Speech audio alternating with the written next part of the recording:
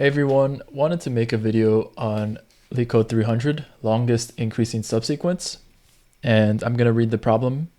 So, given an integer array nums, return the length of the longest strictly increasing subsequence. And for those of you who don't know what a subsequence is, it's kind of just a little tool for this problem. But let's say we have an array that we're just going to call nums, and at 0 we have 1. At index 1, we have 3. At 2, we have 2. And then at index 3, we have 4. Remember, these indexes are a little complicated in these array problems, so just make sure you distinguish the index and the element, the value at the index. So here, if we were to make a little tree, right? 1, 3, 2, and 4 would all be subsequences, okay? And then 1 and 3 would be subsequences. 1 and 2 would be subsequences, 1, 4 would be subsequence, 3, 2 would be a subsequence, 3, 4 would be a subsequence, 2, 4 would be subsequence, and then, 4, you can't make any other subsequences that begin with 4. Keep in mind that something like 4 going to 3 to make 4, 3, this is not a subsequence because it does not maintain the order of the nums array, because 3 has to come before 4. So if it's the other way, that is bad. So doing this example kind of gave us some insight on what a subsequence is and how we can make subsequences given an array, right? We have the nums array. We know how to construct subsequences. We can just consider every element starting with that element, what are the subsequences we can make? And we can go down this decision tree to make those subsequences. Another thing we should note is that we only want the longest increasing subsequence. We don't want every subsequence. So for example, in this tree, 1, 2 is good, 1, 3 is good, and 1, 4 is good, obviously, right? But for example, if we were to continue this tree and go with 1, 3, and 2, this would not be an increasing subsequence. This would be a subsequence, but not an increasing one. We can make 1, 2, 4 here, but 3, 2, that's not an increasing subsequence. So that kind of brings to mind what we should be checking for at all times. Okay. All right. So like we said, we know a brute force way of getting all the subsequences in this nums by getting all the subsequences for each element, or all the subsequences that start at that element to the end, right?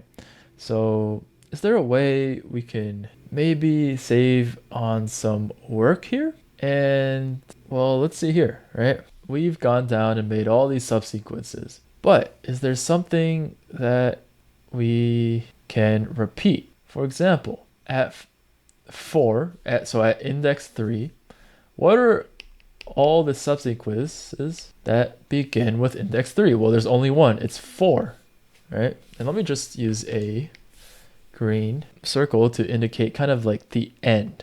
Like this tree can no longer, this decision tree can no longer go down any more paths. So at index 3, all we have is 4. That's the only one. So we know that the longest subsequences that end with 3, or the longest increasing subsequence that starts with 3, is 1.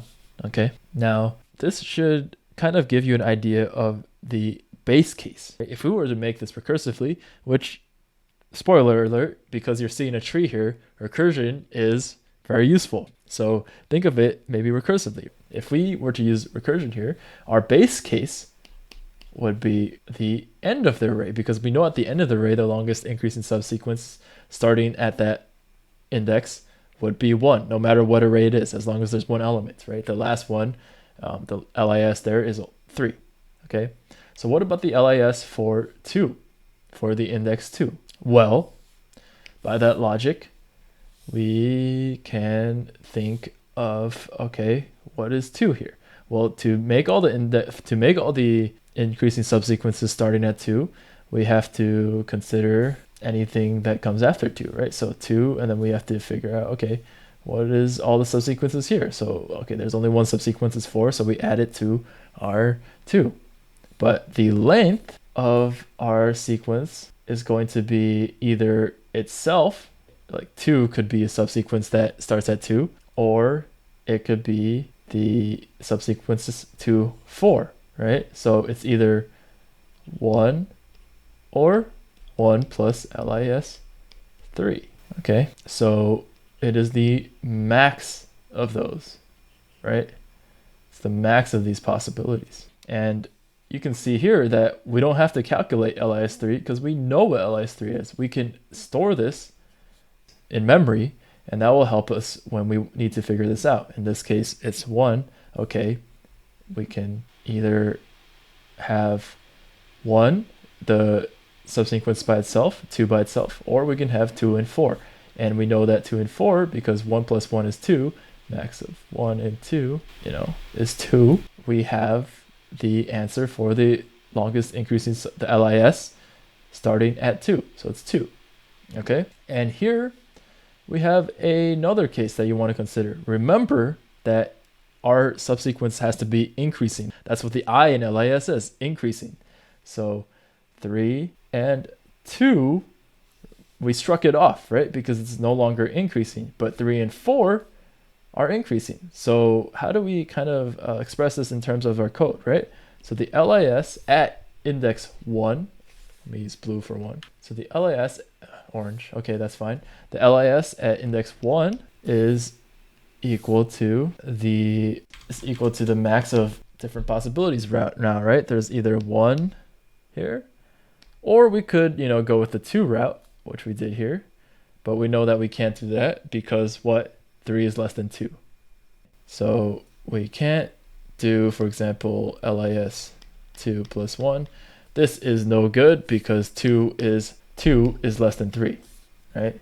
But we can do LIS of 3 plus 1 here because the LIS at 3, so the LIS at the element 4, right? 3 is less than 4. So that is an increasing subsequence. And we've already done this work. LIS of 3, we know it's 1, so we can replace a 1 here.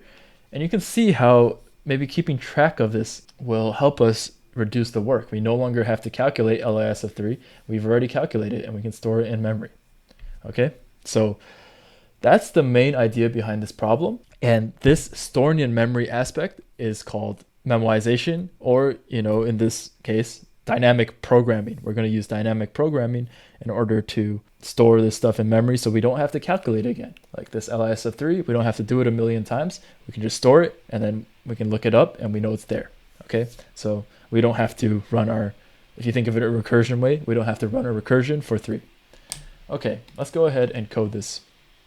First things first, we have our nums array, and whenever we're doing a DP problem, so we want to keep track of all these memoized recurrence calls. We don't want to have to call them again. So we want to store the results of, for example, LIS3 in our example that we just made. We make an array, and in this case, we know, well, what does this array represent? What does dp of I mean? And here we know dp of I means the length of the LIS starting with I. The length of the longest increasing subsequence that starts with I. Okay, so here we know that for any element, the LIS starting with that element at that index will always be 1. It can always be, for example, in this example here, we have 10, 9, 2, 5. In any case, it can be 3, for example, or 7, or 101.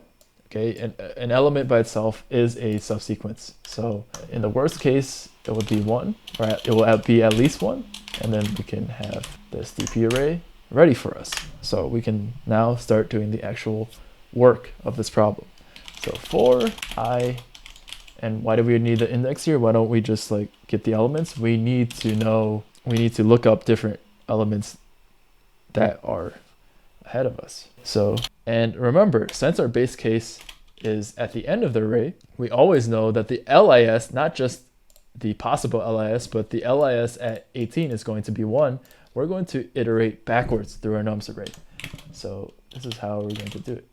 Like this is our base case. I know that this is like useless code, but this is just to highlight that our base case is that the LIS, our last index, is always going to be 1 because there's no other element that can increase that subsequence, right?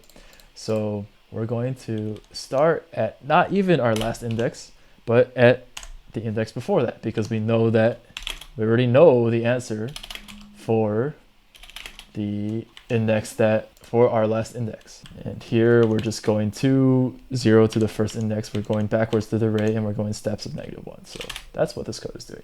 So first things first, okay? First things first, we need to compare our element to the element after it, right? For example, if we're at 101 here, we need to compare it to 18. And we actually need to do this for every element, because the LIS of all the subsequences beginning with 10 here, or the index 0 here, right? We have to compare it to 9, 2, 5, 3, 7, 101, and 18. Okay, we have to compare it to all of these. So here we need to iterate again and make sure that we know what the max would be. So here we can say that dp of I is going to be either what it currently is, or if this happens to be greater, 1 plus the sequence that begins with whatever element that happens to be. And I'll explain more in a second, but I'll just write it out. Okay. So here, let's say you're at 2. Okay. The answer for 2 would be either 1 plus, it would either be itself, right? Like let's say the subsequence happens to be the longest increasing subsequence begins with 2. It's just itself. So in the worst case, 1. But there could be a longer one with 1, this 2 added to whatever the longest increasing subsequence that begins with 5 is, or whatever the longest increasing subsequence that begins with 3 is, or whatever the longest increasing subsequence that begins with 7 is, right? Or whatever the longest, you get what I'm saying, right? But let's consider the case of 9, okay? The length of the LIS at 9 would not be possible for it to be 1 plus the length of the LIS that begins with 2, okay? Why is that? Well, that's because 2 is less than 9. So we need to consider the case in which these subsequences maintain their increasing order. So that's going to be what we're going to check for here. We make sure that dp of I, so in this case, 9, okay, is less than the dp at j. So we don't want to consider 2, right? 2 is any subsequence with 2 in it is no longer an increasing subsequence if it begins with 9.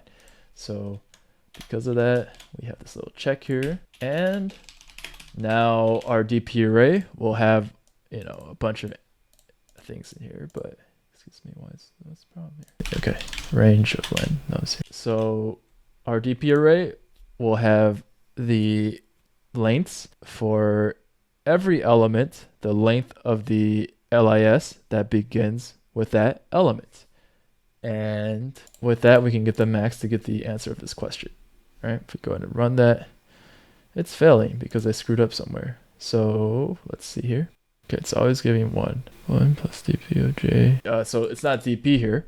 We need to compare the actual number, not the dp. So we're not checking whatever the length is. We're not comparing lengths here. We're comparing the elements. So 9 and 2. It's in the nums or not the dp array.